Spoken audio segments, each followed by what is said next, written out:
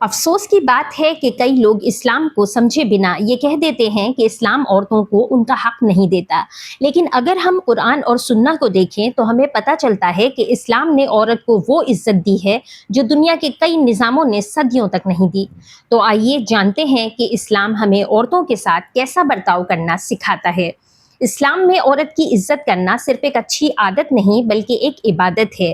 اللہ تعالیٰ قرآن میں فرماتے ہیں اور ان کے ساتھ بھلے طریقے سے زندگی گزارو، یعنی چاہے ماں ہو، بہن ہو، بیوی ہو یا بیٹی، ہر عورت کے ساتھ نرمی، محبت اور عزت سے پیش آنا چاہیے۔ آج لوگ باہر والوں کے ساتھ تو مسکرا کر بات کرتے ہیں لیکن گھر کی عورتوں کے ساتھ سختی سے پیش آتے ہیں۔ یہ اسلامی اخلاق نہیں ہے۔ رسول اللہ صلی اللہ علیہ وسلم نے فرمایا، تم میں سے سب سے بہتر مرد وہ ہے جو اپنی بیوی کے لیے سب سے بہتر ہو، اور میں اپنی بیویوں کے لیے سب سے بہتر ہوں۔ سوچئے، نبی کریم صلی اللہ علیہ وسلم نے مرد کی گریٹنس کا معیار کیا بتایا؟ نہ مال، نہ طاقت، نہ شہرت، بلکہ اپنی بیوی کے ساتھ اچھا برتاؤ۔ اگر کوئی انسان سب کے سامنے اچھا ہو لیکن گھر میں ظلم کرتا ہو تو وہ اسلام کی نظر میں کمزور اخلاق والا ہے۔ اسلام نے ماں کا درجہ اتنا بلند کیا کہ نبی کریم صلی اللہ علیہ وسلم نے فرمایا، جنت ماں کے قدموں کے نیچے ہے۔ ایک صحابی نے پوچھا، یا رسول اللہ صلی اللہ علیہ وسلم، میرے حسن سلوک کا سب سے زیادہ حقدار کون ہے؟ آپ صلی اللہ علیہ وسلم نے فرمایا، تمہاری ماں۔ صحابی نے پوچھا، پھر کون؟ آپ صلی اللہ علیہ وسلم نے فرمایا، تمہاری ماں۔ پھر پوچھا، کون؟ آپ صلی اللہ علیہ وسلم نے فرمایا، تمہاری ماں، اور چوتھی بار فرمایا، تمہارا باپ۔ یہ اسلام میں عورت یعنی ماں کا مقام ہے۔ جاہلیت کے دور میں لوگ بیٹیوں کو زندہ دفن کر دیتے تھے۔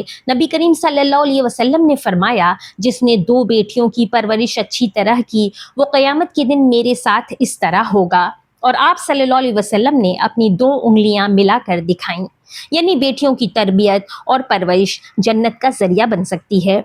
اسلام ہر طرح کے ظلم کو حرام قرار دیتا ہے، چاہے زبان سے تکلیف دینا ہو، گالی دینا ہو یا ان کے حقوق کو دبانا ہو۔ رسول اللہ صلی اللہ علیہ وسلم نے اپنے آخری خطبے میں فرمایا، عورتوں کے بارے میں اللہ سے ڈرو، یعنی عورت کمزور نہیں بلکہ اللہ کی امانت ہے۔ جو مرد عورت پر ظلم کرتا ہے وہ اللہ کے سامنے جواب دہ ہوگا۔ نبی کریم صلی اللہ علیہ وسلم اپنی بیویوں سے مشورہ لیا کرتے تھے۔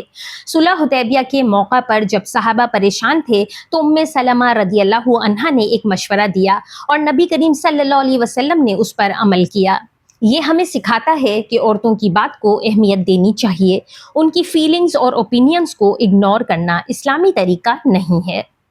اسلام نے عورت کو پردہ کا حکم دیا لیکن ساتھ ہی مردوں کو بھی نظریں نیچی رکھنے کا حکم دیا، یعنی اسلام کی تعلیمات صرف عورتوں کے لیے نہیں مردوں کے لیے بھی ہیں۔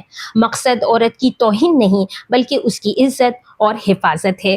اسلام نے عورت کو ماں کے روپ میں جنت کا راستہ بنایا، بیٹی کے روپ میں رحمت بنایا، بہن کے روپ میں برکت بنایا اور بیوی کے روپ میں سکون کا ذریعہ بنایا۔ اس لیے اگر ہم سچے مسلمان بننا چاہتے ہیں تو ہمیں ہر عورت کے ساتھ عزت، محبت، نرمی اور انصاف کے ساتھ پیش آنا ہوگا۔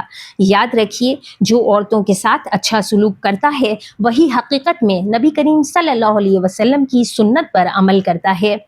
اگر آپ کو یہ ویڈیو پسند آئی ہو تو لائک اور شیئر ضرور کریں اور چینل کو سبسکرائب کریں ایسے ہی ڈیلی ریمائنڈرز کے لیے۔ السلام علیکم۔